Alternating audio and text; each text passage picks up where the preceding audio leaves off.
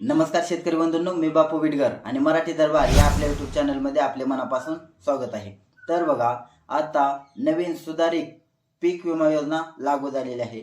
जी सुरुवातीला 1 रुपयामध्ये पीक विमा योजना होती ती आता बंद झालेली आहे। आपण यापूर्वी सुद्धा ही सुधारित पीक विमा नेमकी कशी असणार आहे हे सुद्धा आपण मागच्या काही व्हिडिओमध्ये पाहिलेलं आहे। आता बघा, यामध्ये आता 1 जुलै 2025 पासून पीक विमा भरण्यास सुरुवात होत आहे। आता बघा, जर तुम्ही पीक विमा भरणार असाल तर तुम्हाला काही गोष्टी लक्षात ठेवणं गरजेचं आहे। तर बघा, जर शेतकऱ्यांना तुम्ही पीक विमा भरणार असाल तर या 5 गोष्टी तुम्ही लक्षात ठेवणं गरजेचं आहे। तर बघा, यातली पहिली बाब आहे की ती म्हणजे फार्मर रजिस्ट्री असणे। तर बघा, आपण वेळोवेळी तसेच शासन सुद्धा वेळोवेळी असं सांगण्यात म्हणजे शासन असं वेळोवेळी सांगत आलं आहे की जर तुम्ही farmer ID unique farmer ID काढला नसेल तर ॲग्रीटेक वरती जाऊन तुम्ही तात्काळ फार्मर आयडी काढून घ्या। आता बघा, जर तुमच्याकडे फार्मर आयडी नसेल तर तुम्हाला पीक विमा भरता येणार नाही। त्याच्यामुळे लक्षात ठेवा, फार्मर आयडी हा कृषी क्षेत्रातील प्रत्येक योजनेसाठी बंधनकारक आहे, अत्यावश्यक आहे। त्यानंतर दुसरी गोष्ट आहे बघा, 1 रुपयात पीक विम्याची। जर तुम्ही सुरुवातीलाच असं ग्राह्य धरत असाल की पीक विम्यासाठी फक्त 1 रुपया भरायचा आहे तर ती योजना बंद झालेली आहे। शासनाने आता सुधारित नवीन पीक विमाची जी आवृत्ती आहे ती आता आणलेली आहे। त्याच्यामुळे त्यानुसार जी काही शेतकऱ्यांची रक्कम आहे टक्केवारीची 2% असेल, 1.5% असेल आणि 5% असेल, तर यानुसार तुम्हाला त्या पिकाची ती टक्केवारी भरायची आहे। म्हणजे जो तुमचा शेतकऱ्याचा हिस्सा आहे तो तुम्ही भरायचा आहे। त्याच्यामुळे हे लक्षात ठेवा की 1 रुपयात पीक विमा बंद झाले आणि सुधारित पीक विमा योजना आलेली आहे।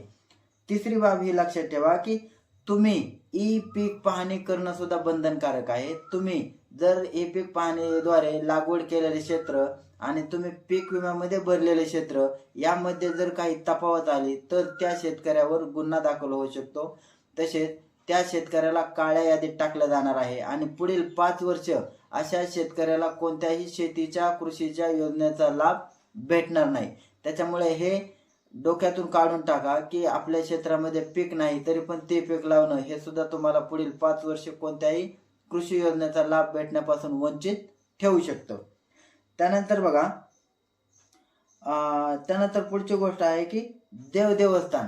आता जर तुम्ही देवस्थान याच्याद्वारे जर त्या क्षेत्रावर पीक विमा भरत असाल तर ते सुद्धा आता तसं भरता येणार नाही, कारण शासनाने तसं त्या प्रकारे यामध्ये काही सुधारित आवृत्ती सुद्धा आणलेली आहे। त्याच्यामुळे शेतकऱ्यांनी या बाबी लक्षात ठेवा, कारण या जर बाबी तुमच्याकडे नसतील आणि अशा प्रकारे जर चुकीचं काय केलं तर त्या शेतकऱ्याला काळ्या यादीत सुद्धा टाकलं जाणार आहे। ई पीक पाहणी हे खूप महत्त्वाचं आहे। हे पहा, जर तुम्ही तुमच्या पिकाची नोंद शेतात लावली नाही आणि त्या क्षेत्रावर जर तुम्ही पीक विमा भरला तर ते तुम्हाला पीक विमा ते रिजेक्ट होणार आहे। तुम्हाला त्या पिकाचा पीक विमा भेटणार नाही। त्याच्यामुळे ई पीक पाहणी करा। ई पीक पाहणीद्वारे तुमचं जे क्षेत्र आहे ते क्षेत्र तुम्ही ऑनलाईन नोंदणी करा। जर तुम्हाला जमत नसेल तर गावामध्ये सहाय्यक नेमलेला असतो, सहाय्यकाचं जर काय झालं तर तुम्ही तलाट्याला फोन करून सुद्धा विचारू शकता। पण ई पीक पाहणीद्वारे तुमच्या पिकाची नोंद लावा, कारण या वर्षीपासून ई पीक पाहणी हे आता बंधनकारक केलेलं आहे। त्याच्यामुळे बघा, या गोष्टी काही लक्षात ठेवा आणि अशा प्रकारे जर कोणी पीक विमा न भरता जर म्हणजे ई पीक पाहणी न करता जर तुम्ही समजा पीक विमा भरला तर त्याचा काही उपयोग होणार नाही। फुकट तुमचे पैसे जाणार आहेत, परंतु तुम्हाला कोणत्याही प्रकारचा लाभ भेटणार नाही। त्याच्यामुळे या काही ज्या छोट्या छोट्या गोष्टी त्या शेतकऱ्यांनी लक्षात ठेवणं गरजेचं आहे की जेणेकरून भविष्यात तुम्हाला अडचणी येणार नाही। धन्यवाद।